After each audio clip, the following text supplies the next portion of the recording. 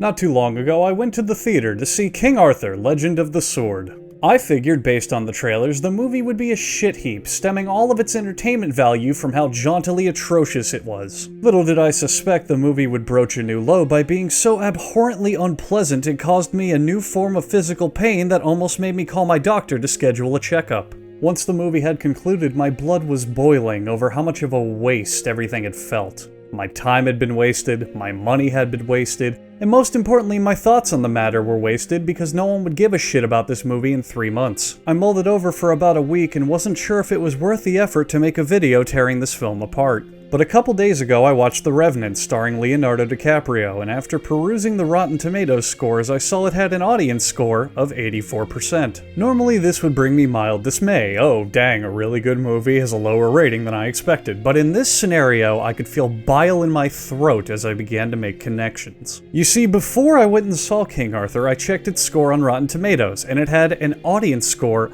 of 79%. Now granted, it's currently sitting at a 75% audience score, but that's still entirely too high. My point in all this is using those as sampling data. Out of 100 people, only 5 of those people who enjoyed The Revenant were able to acknowledge what a flaming piss bucket King Arthur is.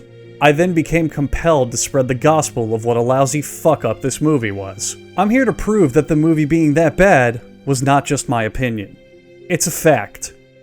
This movie is bad as a fact. I have no idea where those cowboy noises came from. Since copyright policy is YouTube's totalitarian death grip, I'll be forced to limit visuals to trailer footage and promotional material. But if by Thor's holy beard you were able to watch this flick, then you'll hopefully know what I'm talking about and then will promptly commit suicide. The movie opens with someone accidentally putting on a DVD of Lord of the Rings: The Two Towers. We see a large-scale medieval-inspired battle. Mordred, a dick-ass wizard extraordinaire, is storming Camelot with some giant war elephants. Because trust me, when you think powerful sorcerer with demonic influenced power, you immediately think 50-foot tall war elephants. The current king, King Fuckface, decides it's up to him to save the day, and he throws his horse off a cliff with no regard for its life so he can jump onto a fortress being towed by one of the previously mentioned war elephants. In this fortress, the king confronts Mordred and hits something with Excalibur, his magic sword, to make the elephants freak the fuck out. I say something because I blinked and missed it thanks to the movie's greatest flaw. It was edited by a crack addict who was late turning it in for his homework assignment. The elephants start freaking the fuck out and collapsing in pain, and then the film decides that we don't give a shit about explanations for anything and shows the king some fucking how standing on the edge of the bridge to his castle. He tosses Mordred's crown into the moat below to give us a great transition to a horrible scene with stilted dialogue. We discover in the next scene that Dijon Mustard is really good at phoning in a performance, and Jude Law has incredible hugging ability. He hugs King Fuckface, his brother, both into and out of flashbacks. He also hugs his wife to death in a sacrificial ritual to gain immense power. The king says fuck all this and tries to get his wife and son, Arthur, to freedom, but a nearby javelin throwing contest scares the queen so much she plummets off a dock to her death. Now what I should actually say is Jude Law throws a spear into her chest, but we don't actually get to see that or properly understand this because the editing in this movie was directly responsible for the Rwandan genocide. So little baby Arthur manages to escape on the boat where apparently time distorts to the correct fluctuation in speed to give the audience motion sickness. He washes up to a nearby town and is adopted by the local brothel. He's then given 5 cents to be pushed into the river by some neighborhood bullies as Jude Law ascends to the throne. The entire scene is such a cavalcade mishmash of what the fuck is happening that it's not even worth the effort to explain it. And even if you feel like you're missing out, the entire montage is just there to explain Arthur grows up to be a cool guy. And we see that Jude Law ascends to the throne now that his brother King Fuckface has fucked right off to death. Jude Law later sees that his soldiers are fighting over ownership of a sword and a stone, and then retreats to his previous underground lair to bitch at some fugly mermaids. I'll be honest with you people, the movie theater I saw this in was very small, so it was around this time I heard the sounds of intense street racing and bumping club music bleeding through the walls. Apparently, The Fate of the Furious was playing right next door, and hearing this made me incredibly upset. No, it's not because it was ruining my King Arthur experience, but because A, I could have been watching that movie instead, and B, I thought we were missing some kick-ass drift racing scene that was happening off camera.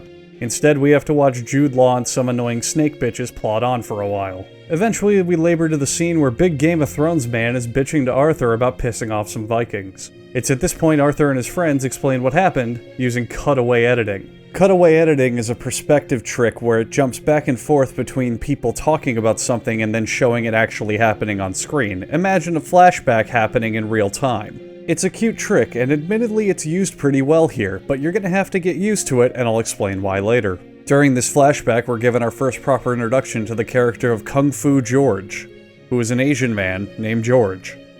That is probably the most fantasy-based part of this movie. Later that night, Arthur dreams about his mom's clumsy misstep into the briny deep and is woken up by Fat Friend. Fat Friend tells him shit is fucked and he needs to leave, so he ditches out the back door of his brothel just as it's being raided. Arthur gathers the last of his street smarts to go walk up to some of the guards that are keeping an eye out for him and say hello, instead of, walking literally any other fucking direction. Then in a bit of dialogue fuckery, the guard says, "Where's your brand? Have you not been tested?" Arthur replies, "I've been out at sea and haven't had the chance." The guard then says, "Well, that's about to change." We then cut to Arthur on a slave ship, out at sea. I understand the intention here, but the movie excels at making you laugh when you're not supposed to and making your intestines revolt when it's trying to be funny. So Arthur pushes his way to a front of a huge mob of people being forced to try to pull the sword from the stone, and with absolutely no intervention from the guards or people running the event, pulls the sword out of the stone. Because of this, the nearby animals start going nuts. Dogs bark, horses neigh, and the captain of the guard roars like a goddamn lion for literally no reason. This is not an exaggeration or hyperbole. A lion's noise comes out of this man's goddamn mouth. Arthur has some intense flashbacks, passes the fuck out, and is imprisoned. Meanwhile, Jude Law gives him a verbal smackdown. Later, in a totally unrelated location, Dijon Mustard meets Bad Actress, who studied the fine art of theater at the University of Rocks, Sticks, Boulders, and Inanimate Objects. Their discussion mostly confers to, shit's fucked, let's fix it. Jude Law parades Arthur up in front of his subjects at a public execution while giving them all a literal Nazi salute. Why? Because he's the bad guy. Remember, people, Nazis were bad. Doing this is bad. If someone does this, they are the bad guy. Arthur is about to be executed when Bad Actress from earlier steps in and flares up her super cool magic shit by making all the animals go berserk. Dogs attack their owners, horses throw off their riders, a hawk swoops down to attack the executioner. Oh, and the editor of the film has a seizure because not a single cut in this entire sequence is on screen for more than 2 seconds. Arthur is tied to a horse while I clean my puke off the floor, and he's led to the secret location of the rebel base. Along the way, Arthur quips to the mage, "Hey, I'm Arthur, and thanks and shit, but let me go, otherwise I think you'll fall for me the way I'm falling for you." This makes the mage get offended, so she uses her magic to throw Arthur off the horse. Seeing this sequence convinced me that the movie was accidentally randomized in the editing bay and they didn't have enough time to rearrange it because these actions are clearly backwards. Arthur is brought to the rebel hideout and their ingenious plan to test his resolve is to piss him off so much he'll pick up the sword, regardless of the hallucinations it causes him, and fuck them to death with it. This is explained, of course, through cutaway editing. After this, the rebels decide to prove that King Arthur is the fucking man, and he has to go to a place called the Darklands, which is like the Silent Hill Otherworld of the movie. The cutaway flashback editing that we've lauded over so far is now used twice. At the same time. We get Bad Actress and Dijon Mustard talking about how shitty the Darklands are. Inside that, we see cutaways of Arthur being prepped for and told about the Darklands. And inside that, we see Arthur in the Darklands. This choice of editing has to be the highest caliber that an avant-garde art film can hope for because it both successfully robs the Darklands scenes of any tension with their stupid pacing and cutting, and it also makes us feel confused and strung along for the entire sequence. Imagine if your grandfather, as riddled with dementia as he may be, wanted to read you a bedtime story when you're 28 years old. No matter how you approach it, you just have to sit there and wait for him to stop reading. That's how this scene feels. After rap battling the Darklands, Arthur can fulfill his mantra of gotta get back to the past, Samurai Arthur, and finds himself reliving a flashback of the moment his father was murdered. Some big buff metal as fuck dude is tearing King Fuckface to shit with a double-bladed scythe, and baby Arthur just sits there like a little shit and watches it happen. Arthur's dad, King Fuckface, gets slashed an inhuman number of times but still manages to lob Excalibur 600 miles in the air and impale himself on it. This impalement turns Arthur's dad, the former king, into the stone. Yeah, that's the explanation from the movie. The stone is Arthur's dad. And the stone and the sword sink into the ocean, as do my hopes for a good climax to this scene. We also get to see that Grim Reaper Man is actually Jude Law, having been empowered by the dark ritual from earlier. This will be important, and also fucking stupid, later on. We get a handful of scenes of meaningless exposition, and then a scene where Jude Law is bitching at some dude because he's a bad soldier. Jude Law decides to be the edgy cool guy of the film and tells him to, and I quote, "Just do your fucking job." It's at this point I found my inner chi thrown off balance by what kind of appeal this movie wanted to have. It's too dark and intense for children, but it's too light and scaled back for adults. It's like Jude Law slipped up during filming and accidentally dropped the F-bomb, but the creators of the movie breathed a sigh of relief when they found out that you get one F-bomb per PG-13 rating. I like to believe the editors were told the same thing your mom told me last night when they heard, "It's okay, just leave it in." Eventually, Arthur and the rebels form a plan, which I wasn't able to follow in the slightest because it's buried under even more cutaway editing. The plan can be summed up though as fuck the king, he's a dick, let's fuck his shit. You remember those Vikings from earlier? Me neither, but they show up to have a meeting with the king, who chooses to dress like a Latin dance instructor. He promises them 1,000 boys to molest if they fight in his army, and the Vikings give him a big old thumbs up.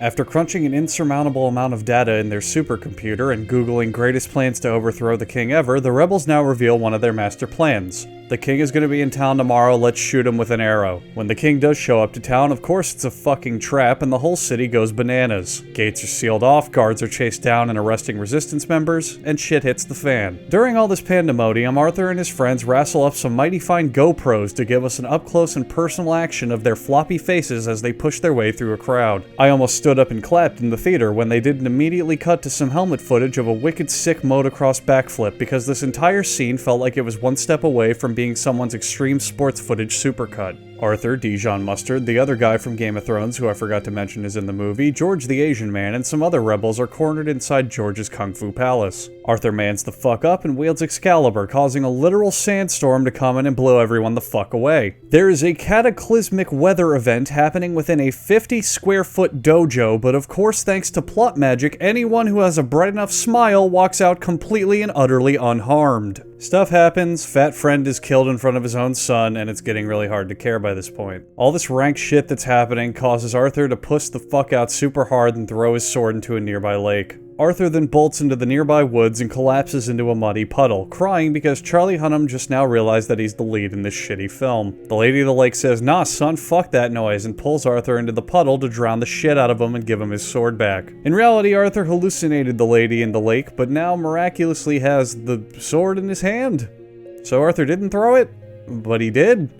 Because he's standing in the spot where he meets the lady of the lake? What? This makes Arthur recover his long-lost testicles as he rides back to the rebel fort with his buddies. Some evil asshole is already there and says, "Hey, the king says fuck you kidnapped bad actress, and come fight him if you're so great." Arthur decides to send the king Excalibur in exchange for bad actress's life, because he says that without the sword he can't take the king on anyway.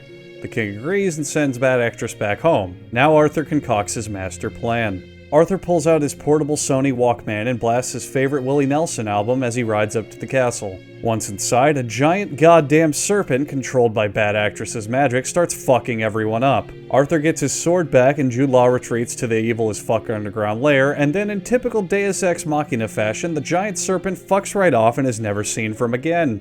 In the distance, two local peasants see all of this happen and have a discussion that goes like this.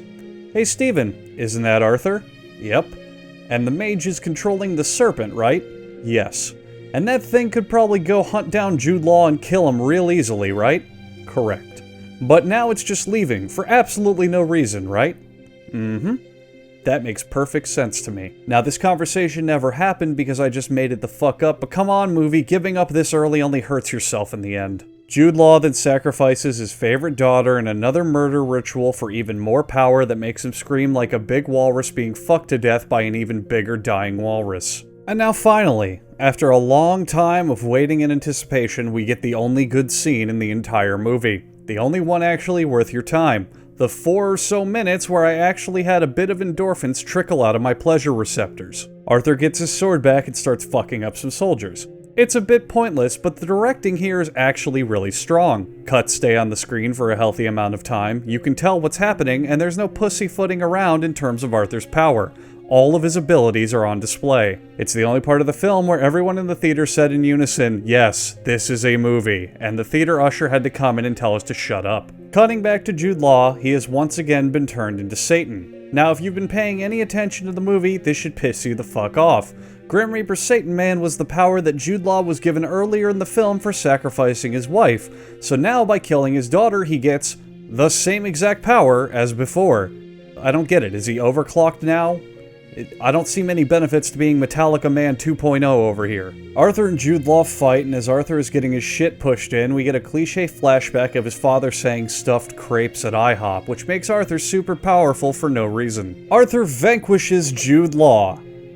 Now do me a favor and go back and use that as a stopwatch to time how long it took to say that sentence, because it takes the movie approximately 4 billion times longer to get that idea across. Now that everyone's cool and shit and Arthur is the king, the Vikings from earlier show up asking where the hell their tasty prepubescent meat is. The Vikings warn Arthur that their king is a super tough hombre and will slap him silly if he has to. Arthur tells them to suck his dick by summarizing it with, "That was the old king, I'm the new king, either bow to me or I will face fuck you." And of course the Vikings, a warrior race of pride and bloodshed, kneel before Arthur.